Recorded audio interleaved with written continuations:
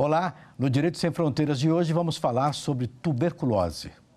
Apesar de ser uma doença secular, ela ainda não está erradicada no mundo.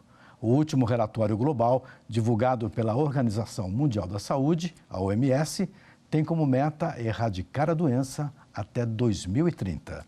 Veja na reportagem. O tratamento de tuberculose no mundo bateu um recorde histórico. 7 milhões de pessoas foram diagnosticadas e tratadas em 2018, contra 6,4 milhões em 2017.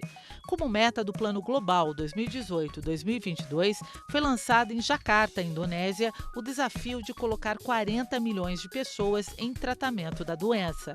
O lançamento contou com a participação do ministro da Saúde do Brasil, Luiz Henrique Mandetta, que vai presidir a organização internacional Stop TB Partnership, que atua para eliminar a tuberculose no mundo.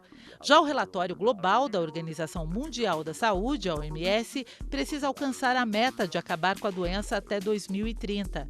Os maiores índices de tuberculose se concentram em 8 países: Bangladesh, China, Índia, Indonésia, Nigéria, Paquistão, Filipinas e África do Sul. 1,5 milhão de pessoas morreram da doença em 2018. Os dados mostram que cerca de 3 milhões de pessoas infectadas ainda não estão recebendo os cuidados que precisam. A OMS estima que o déficit de prevenção e tratamento da doença em 2019 está previsto para 3,3 bilhões de dólares, cerca de 14 bilhões de reais. Para debater o assunto, convidamos Melanie Peixoto, especialista em direito sanitário, e Joana Dark Silva, infectologista. Muito obrigado pela presença aqui em nosso programa. A tuberculose, pelo que nós vimos naquele mapa, é uma doença que afeta mais os países pobres, é isso? Ah, com certeza. Tem até um ditado que diz que se não tivesse miséria em mísseis, não haveria tuberculose. Então, com certeza, é uma doença que afeta os mais vulneráveis, né? Principalmente falando assim socialmente, né? Os locais de maior aglomeração e miséria. Como que ocorre a doença e como é que a gente trata? A doença, ela acontece, primeiro você adquire através do contato aéreo, né? Ou seja, uma pessoa infectada, ela tosse, espirra, fala. Quando a gente fala ou espirra, por exemplo, a gente pode eliminar milhões de bactérias. Aí essa pessoa infectada elimina essas bactérias ficam suspensas no ar até por 8 horas. E aí as pessoas próximas podem respirar e acabam se infectando. Aí os principais sintomas é associado ao pulmão, que é a tuberculose pulmonar, mas também pode acometer outros órgãos, né? Inclusive levar até ao óbito. Entendi. Normalmente o tratamento demora quanto tempo? Qual é o nosso padrão aqui pela Anvisa sobre esses medicamentos que são utilizados? Ou qual seria o medicamento hoje no Brasil mais utilizado, doutora? O tratamento ele é financiado pelo governo, né? Então todos os medicamentos... Ministério da Saúde, né? Sim, eles são de acesso, as pessoas podem adquiri-los de forma gratuita. Tem o centro de saúde, vai até ali, sim, faz os exames. Sim, sim. Agora, com relação ao tratamento, com relação à duração do tratamento, apesar de... Sim. Eu acredito que seja até 2 anos. É isso mesmo, doutora? 2 anos? Depende. Mais ou menos, depende do caso. A média, a gente faz 2 fases, né? Uma fase de 2 meses com 4 fármacos e depois uma fase de manutenção por mais 4 meses. Então, a média de tratamento é de 6 meses, mas vai variar, depende do tipo de tuberculose. Mas a pulmonar... Quais tipos que nós temos? Eu sei que nós temos em vários órgãos, né? O bacilo pode se alojar em vários órgãos, né? Ele penetra no pulmão através da respiração e a partir do pulmão ele pode se disseminar. Mas ele acomete com mais frequência, claro, o pulmão, a pleura, que é aquela parte que envolve o pulmão, mas pode acometer também o coração, o sistema nervoso central, ossos. Inclusive, a gente sabe que a tuberculose é antiga por causa das lesões ósseas encontradas em múmias e outros fósseis, né? Quer dizer, o bacilo de Koch, se ele se alojar no sistema, ele pode ficar ali na parte do esqueleto e provocar lesões ali? Pode provocar lesões ósseas, que são características, que é chamada mal de Pote. E a bactéria também, ela pode... Porque quando ela penetra, ela pode também, o nosso organismo, ele pode deter a bactéria, formar como se fosse um casulo, que a gente chama de granuloma. E aí fica ali quietinho. Em determinados momentos da vida, dependendo do seu sistema imunológico, ele pode reativar. Qual é o histórico da tuberculose, basicamente? Pois é, a doutora aqui já até tem uma aula aqui sobre isso, né? Ela falou que foram encontrados em múmias, né? Sim. E se a gente for fazer uma pesquisa, a gente vai ver que realmente data até de tempos pré-históricos, né? Essa é a doença. Agora, uma situação que eu achei interessante em relação à história da tuberculose é que já em 1700 e alguma coisa, na Espanha, o rei já tinha determinado a notificação compulsória da doença naquela época, porque ele achou que era interessante fazer esse controle de quantas as pessoas estavam infectadas, porque até então ninguém tinha feito esse controle. Mas ele sabia que era tuberculose já naquele momento? Já tinha noção da doença, não como o causador, o bacilo, sim, isso a não. forma de o isolamento, a forma tal, de não. tratamento. Entendi. Sim. No Brasil, qual é a nossa situação hoje? Então, o Brasil ainda está entre os 22 países que tem 80% dos casos de tuberculose no mundo.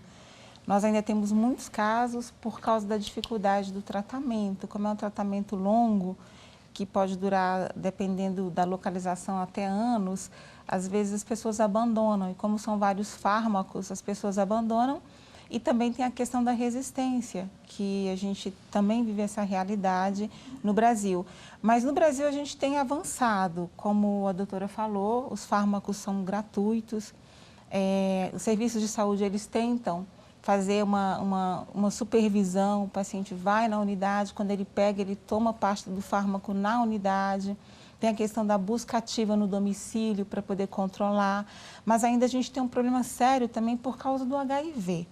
O HIV, ele acaba reativando essa doença, acaba aumentando o número. Então, se nós tivermos, quanto mais imunossuprimidos nós tivermos, quanto mais miséria nós tivermos, mais casos de tuberculose nós vamos ter.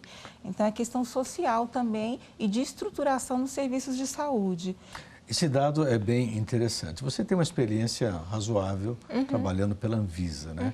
Essa associação do bacilo de Koch com o vírus do HIV, isso já é visto na Anvisa como sendo algo de real importância a ser combatido ou ainda fica mais em termos de teoria ou de estudos, não se tem ainda uma postura mais efetiva sobre isso? O papel da Anvisa em relação às doenças é muito no controle de fronteiras, que é o único papel de vigilância epidemiológica que ela realiza. E foi lá que eu trabalhei durante algum tempo. O Ministério da Saúde, que tem esse papel de vigilância epidemiológica, tanto no país, né, quanto fora do país, né, ele tem essa compreensão, tanto que isso já está nos manuais do programa de políticas contra a tuberculose. Essa situação dos portadores de HIV e a debilidade que eles têm em relação à doença da tuberculose. Até porque no HIV é a primeira causa de óbito no paciente HIV é a tuberculose. Então a gente tem que estar sempre pensando na tuberculose nesses pacientes. E agora vem também os imunobiológicos, que são fármacos utilizados novos aí, que também ativam a bactéria. Então qualquer problema imunológico você acaba tendo que controlar a tuberculose também. Mas a situação do país hoje com HIV, a gente sabe, por exemplo, que o surto da doença foi praticamente controlado, né? Mas existe ainda alguns grupos que apresentam, digamos, maior vulnerabilidade ao tratamento, inclusive, né? Pessoas mais idosas. Como é que a gente trabalha isso tendo a tuberculose como uma lança muito próxima do paciente? Então, é interessante porque o HIV em vários locais do mundo tem diminuído muito. Aqui no Brasil tem aumentado nos jovens, né? A partir de entre 18 e 29 anos até a faixa etária de 30 e poucos anos e um pouco no idoso. No jovem, também nós temos um problema que são muitos que não testam. Quem não testa para saber se tem HIV está transmitindo. O problema não são aqueles pacientes que estão tratando, são aqueles que não sabem que são portadores do vírus e que podem entrar numa situação de imunossupressão. Então, aí a importância da gente sempre buscar o sintomático respiratório. Aquela pessoa que está mais de 3 semanas tossindo, a gente fazer o teste. Às vezes, quando você faz um raio-x e diagnostica uma tuberculose, aí às vezes por trás você tem um HIV. Então, é importante isso, né? E o aumento na faixa etária também com relação ao idoso. O idoso... A que se deve isso, doutora? É interessante, né? É uma né? liberdade sexual maior do idoso? Também, porque também o idoso, assim, chega numa fase da vida que já criou os filhos, já sustentou boa parte da família. Vamos para a festa. Aí agora é uma época, inclusive a gente chama até de um renascer, né? De novos projetos, e aí as pessoas ficam mais leves, e aí elas querem aproveitar mais a vida. E muitos acham assim, não vou viver tanto tempo assim, e acaba descuidando com relação à proteção, com relação ao uso de preservativos. Como é que a gente controla isso na fronteira, doutora? Por exemplo, vem um grupo de imigrantes. Como isso é feito? Como é que é estabelecido esse controle? Tem protocolos, né, Bob? Quando essa pessoa ela é diagnosticada, ou ela mesma se autodeclara, ela tem que ficar durante um tempo em isolamento, aí ela é encaminhada para centros de saúde. E se ela não se declarar? Existe um controle? Não tem como, não tem como, né? Não tem como avaliar isso, né? Normalmente as empresas aéreas ou as empresas de transporte marítimo, elas quando vão fazer todo aquele procedimento em relação à própria viagem, elas fazem perguntas relacionadas à saúde, mas a maioria das pessoas esconde, né? A maioria das pessoas ela só nega esse tipo de informação. Agora, em relação a essa questão do HIV, é interessante que a gente, ao longo desses últimos anos, até por conta de problemas orçamentários, a gente tem visto que o Ministério da Saúde tem diminuindo muito o papel dele de educação. A gente percebe isso na comunicação. Antigamente, a gente, quando se aproximava do carnaval, quantas e quantas propagandas relacionadas à preservação, ao uso de preservativo. E a gente tem visto que isso, ano a ano, tem diminuído, né? E esse papel da informação é muito importante, porque as pessoas começam a vulgarizar aquilo ali e achar que aquilo ali não vai acontecer, né? Porque esse papel de informação tem sido deficiente. Ok. A gente vai fazer um intervalo rapidinho, a gente volta daqui a pouquinho. Eu queria saber de você, doutora, o que se pode fazer para reforçar um pouco mais esse controle, até mesmo com campanhas educativas. Tá. A gente volta daqui a pouquinho, não vai embora.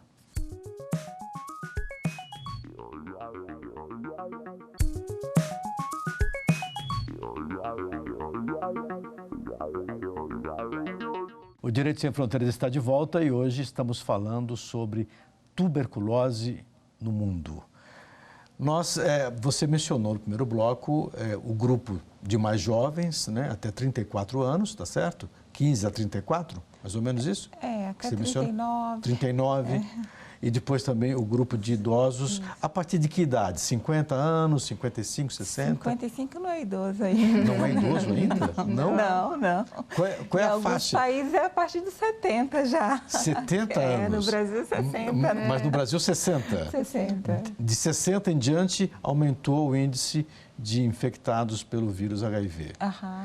O que nós podemos fazer para combater as duas coisas, HIV e tuberculose? O principal é o fomento das campanhas educativas, né? Sobre os riscos. Isso é essencial. Essa consciência, a orientação sobre os riscos. E falar sobre alguns temas. Quando você fala, por exemplo, sobre HIV, envolve questões de sexualidade. Isso é um tabu no nosso país. Falar sobre isso, inclusive, em escolas, em casa, os próprios pais, né, os familiares, é um tema que nos toca muito. E aquilo que a gente não fala é como se não existisse. Mesmo nessa faixa etária? Mesmo nessa faixa etária. Você, por exemplo, vê um adolescente indo no centro de saúde pegando preservativo, morre de vergonha. Às vezes está exposto ali, mas... Pegar de ladinho ali. Exatamente. Então, a gente tem um tabu muito grande na questão da sexualidade no Brasil. Sim. Então, isso expõe a fragilidade com relação às campanhas, com relação às políticas públicas, o acesso aos insumos de prevenção. A outra questão é que, por exemplo, com relação à tuberculose, quando a gente fala do aumento da tuberculose, não só nessa faixa etária, a gente está falando de vulneráveis. Vulneráveis, aí eu tenho a população carcerária, que são os presos, né? Sim. Eu tenho os imigrantes, porque nas fronteiras, quando as pessoas migram de um país para o outro, é nesse momento que eu tenho a ativação dessas doenças. Eu estou falando de moradores de rua. Sim. Então, quando a gente fala de tuberculose, a gente está falando das nossas fragilidades como país, como sociedade. E para combater isso, vem junto as políticas de saúde públicas, né? O acesso aos serviços de saúde, o acesso a se fazer o diagnóstico, porque o ideal para eu poder combater a tuberculose, por exemplo, é diagnosticar. Ok, mas vamos dizer assim, no sistema de atenção básica, né? Saúde, centros de saúde, a rede toda, espalhados pelo país todo. Esse sistema está funcional para esse tipo de doença ou, seguindo o que a doutora Melanie falou, houve uma baixa de investimentos em educação? Teria havido também na questão operacional, lá embaixo? Eu acredito que o maior problema é a dificuldade de acesso. Acesso ao centro de saúde?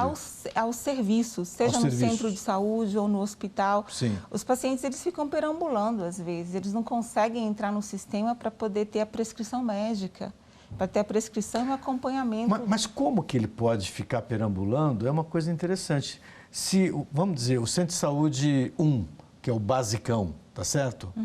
Esse centro de saúde não tem um médico infectologista? Então, não. Não tem? Não tem, mas a tuberculose pode ser tratada por qualquer médico. A questão aqui... Um clínico? Um clínico. Perfeito. Claro, está dentro das ações básicas de saúde. Mas esse centro de saúde não tem um médico clínico? Nem sempre tem, nem sempre o paciente consegue. Nem do programa da saúde da família? Porque para você fazer o diagnóstico, você precisa da clínica, exames laboratoriais, né, raio-x, e nem sempre você consegue juntar todos os três. Antes tinha, em alguns municípios, né, mas a gente vê, dependendo do município, se não tiver uma estrutura adequada, um fluxo adequado, essas pessoas não chegam, elas não chegam. E é interessante porque, assim, a tuberculose ela é altamente contagiosa, né? O problema é que a gente tem a prevenção, por exemplo, a BCG, que é a vacina contra a tuberculose, ela previne contra as formas graves de tuberculose. Então, a gente não tem causas graves de tuberculose no país porque a gente tem essa imunização que previne tuberculose, a meníngea e outras mais graves, né? A ganglionar. Então, mas a tuberculose pulmonar, ela circula muito na população carente. Por exemplo, vários países da Europa eliminaram a tuberculose. Tem uma questão aqui que foi colocada naquele vídeo que nós exibimos no começo do programa, que eu queria colocar aqui em debate. Os países Brasil, China, Rússia e Zimbábue, que apareceram naquele mapa, eles alcançaram cobertura de tratamento de mais de 80%. Mesmo assim, eles têm índices altos da doença. Como explicar isso? Olha, como ela falou, a gente tem no país, a gente tem um trabalho muito importante de prevenção no aspecto da vacinação. Mas a gente tem uma fragilidade ainda por conta do nosso sistema único de saúde em relação à tomada de decisões que são locais, que são do município. A maioria dos nossos municípios não tem estrutura para executar esse tipo de ação, do ponto de vista de planejamento, do ponto de vista... A maioria não tem nem um centro de referência, não tem uma abordagem de laboratorial próxima, tem que transportar aquela matéria para outros lugares para fazer Mas isso, exame. só fazendo um rápido à parte, isso também acontece em São Paulo, por exemplo. Então, você tem o centro de saúde e tem uma estrutura, uma logística para recolher esses exames e que são feitos num laboratório central. Nenhum centro de saúde de periferia em São Paulo, pouquíssimos, salvo engano, teriam estrutura de laboratório para fazer esse tipo de teste. Quer dizer, o que se poderia fazer? O ideal seria que tivesse um centro de saúde, por exemplo, ou 4, né? Parece que era essa a graduação. Quanto maior o número, mais poder de atendimento esse centro de saúde terá, para recolher esses exames ou parte deles e depois fazer essa análise de coleta. Isso não é feito no Brasil normalmente? Em São Paulo eu sei que existia isso. Isso é feito, claro que é feito, mas assim, é uma cadeia de situações. Sim. Como a doutora aqui colocou, né, e já foi colocado aqui, a questão da informação, da educação, esse é um ponto. Né? Então, a maioria das pessoas não busca, né? A maioria das pessoas não tem acesso. porque a maioria é pobre, então ela não corre atrás dessa situação. A gente sabe que o serviço está disponível, o tratamento está disponível, mas a gente sabe o quanto é difícil chegar em uma unidade pública de saúde e você ter um atendimento rápido, um atendimento de acordo com o que está lá na lei do SUS e na Constituição brasileira. Né? A universalidade, a integralidade, isso é muito bonito no texto da lei, mas a gente, na prática, a gente não visualiza isso. Isso não é uma situação que acontece. Qual de nós aqui não teve que buscar uma unidade pública de saúde e teve um atendimento rápido, um atendimento bom? É muito raro isso acontecer. Então, esses são problemas que a maioria da população enfrenta, e a população pobre, a população prisional, os indígenas, que também têm dificuldade em relação a esse acesso. Então, a gente tá falando de uma situação que é uma cadeia de situações que resultam nesse problema ainda, de não ter ainda um percentual de 100% de não tuberculose no país. Porque a gente ainda enfrenta esse tipo de problema. A gente enfrenta problemas na municipalidade, mesmo municípios ricos como São Paulo, a gente tem problemas de pessoas pobres, Sim. A gente tem problemas de acesso. A questão dos centros de referência é uma situação muito importante. A tuberculose é uma das doenças que mais mata no país. E a gente não vê em muitos dos nossos municípios centros de referência exclusivamente para a tuberculose. Porque a tuberculose, além de tudo, ainda gera um problema discriminatório. As pessoas que têm tuberculose, muitas delas elas passam por essa situação de discriminação. Porque muitos não querem se envolver com pessoas que têm tuberculose no seu meio. Né? Então, essa situação, por exemplo, no tratamento, em relação à avaliação de contato, isso é uma situação importante também, que tem uma abordagem nos centros de referência. Né? Então, é uma série de coisas que contribuem ainda para que a gente ainda não tenha o extermínio da doença no país. Como que a gente pode, só a título de informação, para divulgar mais como é que funciona esse processo, a pessoa tem um sintoma, ela está com tosse, tá certo? E ela vai ao médico, tem febre, ela acha que é uma gripe, que é uma pneumonia, essa febre noturna, eu me lembro que eu trabalhei com isso uma época, tem alguns sintomas, febre, suores noturnos e tal. Quais são os sintomas que a pessoa tem que saber para ela ter uma ideia se ela pode estar ou não com tuberculose? Como a maioria da tuberculose é pulmonar, então principalmente a tosse, né, que aí a gente tem essa persistência por 3 semanas ou mais. Aí tem o 3 semanas de tosse. Perda de peso, começa a emagrecer, febre e sudorese noturna, são as características da tuberculose, as principais. Sim. Aí isso sinaliza para o clínico, opa, pode ser tuberculose. Tá. A partir daí, ele vai solicitar alguns exames que são o escarro, né, a análise do escarro, que aí tem exames que são super simples, que é só olhar no microscópio, você acha a bactéria, é fácil de fazer o exame direto. Mas a gente tem, inclusive aqui no DF, tem 3 aparelhos que são chamados GeneXpert, que através dessa análise do escarro, por biologia molecular, ele identifica a bactéria e se ela é resistente ou não. Inicia o tratamento, em 2 horas está o resultado. 2 horas? 2 horas. E nós temos isso na rede pública? Temos. Estamos usando isso? Então. E por que não? Por que nós temos e não estamos usando, doutora? Porque é uma rede, né? É uma rede. É uma engrenagem, né? Tudo se conecta. Então, a gente sabe que a tuberculose, na verdade, qualquer um pode ter tuberculose. Sim. Eu, você, qualquer um pode ter tuberculose. Se eu sou diabética e uma vez tive contato com a bactéria, em algum momento minha imunidade cai, eu posso reativar um foco de tuberculose. Porque ela pode estar guardadinha ali, silenciosa. Exatamente. Baixou a imunidade, ela volta. Mas uma coisa somos nós que temos esse acesso, que vamos ali, fazemos um raio-x, né? Fazemos esse exame.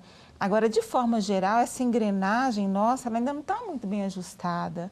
E a maioria da população, como a gente vem debatendo aqui, são os vulneráveis que não têm acesso Agora, a isso. Deixa eu fazer uma provocação aqui, com veemência mesmo. Eu trabalhei com saúde pública há muitos anos atrás. E já se falava disso, que havia um problema na rede, que havia um problema de estrutura, que o centro de saúde estava muito longe, que o paciente não chegava. O que é que acontece com a saúde no Brasil? Você tem uma vivência laboratorial da Anvisa. O que você sente? Qual é o seu sentimento em relação a isso? Na verdade, o que a gente tem um problema, o problema central do país se chama federalismo. Federalismo. O federalismo está na Constituição, está na lei, mas na prática não existe. Então, o município, ele tem que executar, mas ele não tem recursos, ele não tem pessoal capacitado, ele não sabe como fazer, ele recebe situações prontas no âmbito federal e estadual e não tem condições de executar. Então, o problema todo em relação à execução de saúde está muito no exercício da medicina local. Ok, nesse caso, então, o município deveria receber mais recursos. E saber alocar esses recursos. Sim. Porque muitas das vezes são destinados à compra de medicamentos, Sim. à construção de hospitais e unidades, mas não tem investimento em relação, por exemplo, à capacitação do pessoal, né? Esse projeto de levar o médico até o domicílio, isso é importantíssimo nessas localidades. O programa Saúde da Família, por exemplo. Sim. Ele poderia identificar um sintoma desse que você acabou de dizer. Claro, sintomático respiratório, já iniciar, né, essa busca, a partir da busca ativa, porque olha só, o controle da tuberculose está na busca ativa e você tratar o sintomático. Sim. Porque é no momento que você tosse que você expele todas essas bactérias. Então, se eu trato essa pessoa, eu estou controlando a doença, né? Você acha que dá para controlar essa doença até 2030? Essa gargalhada tem um sentido, hein? As duas gargalhadas.